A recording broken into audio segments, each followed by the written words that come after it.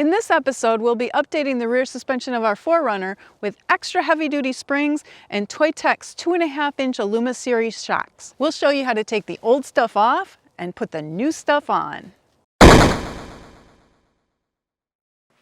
A couple of weeks ago, we upgraded the front to ToyTec Aluma Series. There's a link to that video at the end of this one. We already have a 2-inch lift in the back.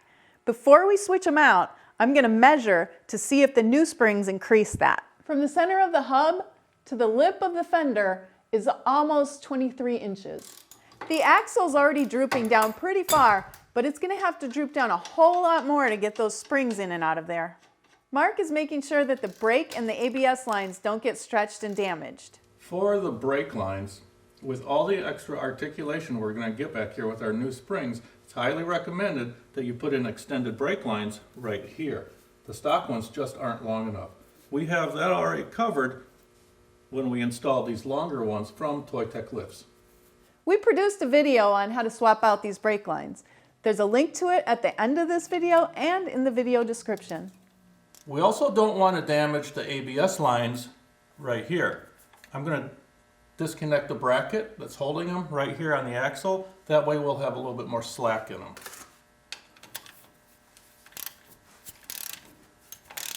The sway bar is going to limit the drop of the axle, so we're going to disconnect it here on both sides. Now we can take off the shocks.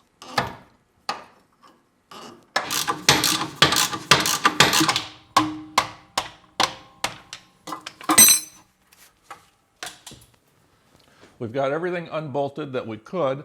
At this point, a stock spring would probably just come right out, but we still have some lifted springs in here, and we're going to need a little bit more drop to get them out easily.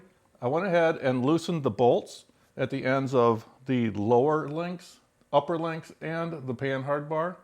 Now, I've never done this before when putting in springs. I actually saw this being done in one of ToyTec's installation videos. What this will do is it will release the tension on those bushings in those links in the panhard bar, and that should allow a little bit more drop. I'm interested in seeing just how much drop we get out of it. We still have the floor jack under the center of the axle for when we disconnected the shock absorbers. So now we're going to let it go and see just how much drop we got out of loosening up those bushings. Oh, that was good. That's about 1.5 inches or so of more drop. We're going to take out the driver's side spring first. To get even more drop on this side, we put the floor jack underneath the passenger side of the axle and jacked it up as far as we could. And we got a whole lot more drop on this side. In fact, that spring is nice and loose now. Now right here is another ABS line. I don't want anything to happen to this because these are kind of pricey to replace. So what we're going to do is disconnect these clips holding it right here and move it down a little bit.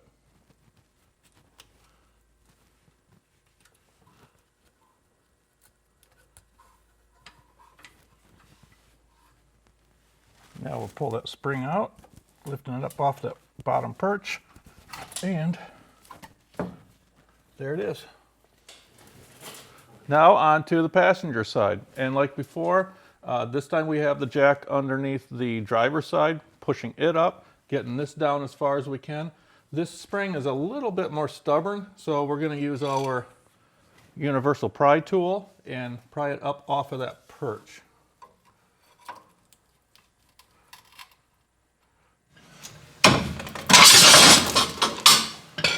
Phew!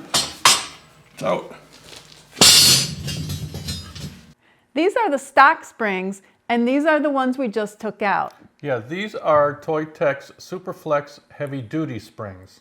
They're designed for a 2-inch lift, an additional 2 inches of down travel for vehicles with 150 to 200 pounds of extra junk in the trunk. These served us up well for 3 years, 80,000 miles. But as we started adding more weight to the 4Runner, steel bumpers, fridge, drawers, all that, on tough terrain, we were hitting the bump stops more than what we liked. So we're going to go with these. These are ToyTec's extra heavy-duty Superflex springs. These are designed for people like us who have 500 to 600 pounds of extra weight in the rear. Now our extra weight is always back there. Without that constant weight, the lift height would be much higher and the ride would suffer. And these springs cannot be used with the stock shocks. When I was taking the old springs out on the passenger side, I noticed that I was coming very close to this ABS line right here. So before we put the new spring in, I disconnected this line at these clips and moved it out of the way. To get the new taller springs in, we had to use the most dangerous tool in the shop, and that is spring compressors. When you use these, tighten them up evenly and make sure they're seated properly, and just cross your fingers that they don't come loose. So the old factory bump stop goes in at the top. Get the top in first, and then wrestle it onto the bottom perch here. Now you do want to make sure that the bottom leading edge of the spring is seated properly down here at the bottom. All right, that one's in. Now over to the other side. All right, this side goes in the same as the other side.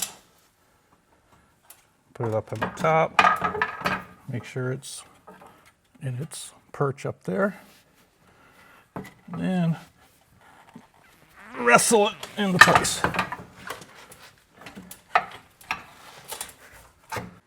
Now, the new shocks can go on. Just like we did in the front, we're upgrading to ToyTec's 2.5-inch Aluma Series.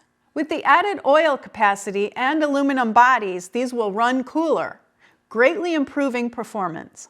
And these are rebuildable. You probably noticed that our old shocks were 2-inch diameter with reservoirs. Our new 2.5-inch shocks have about the same amount of oil capacity, so no reservoir is needed. To keep these poly bushings from squeaking, ToyTec sends along a little tube of special lubricant.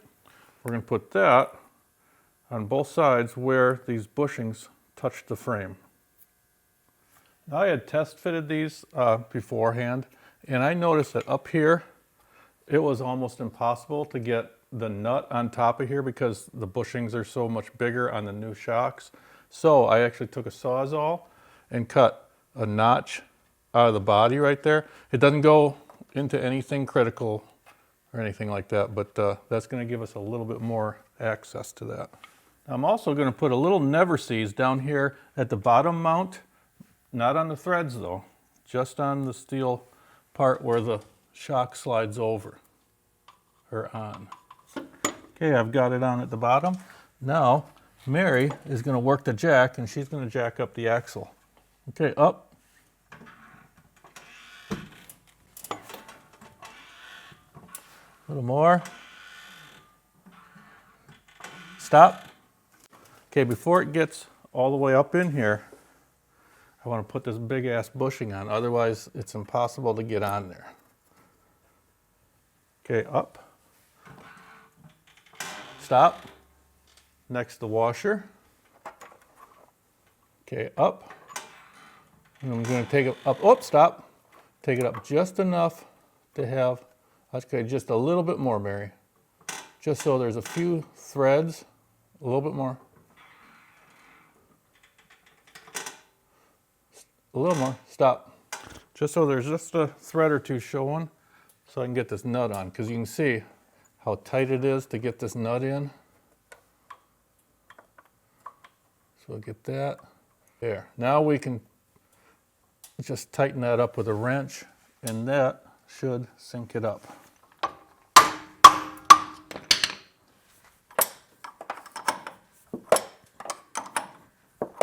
On this bottom bolt for the shock, I'm going to put just a touch of Loctite on there.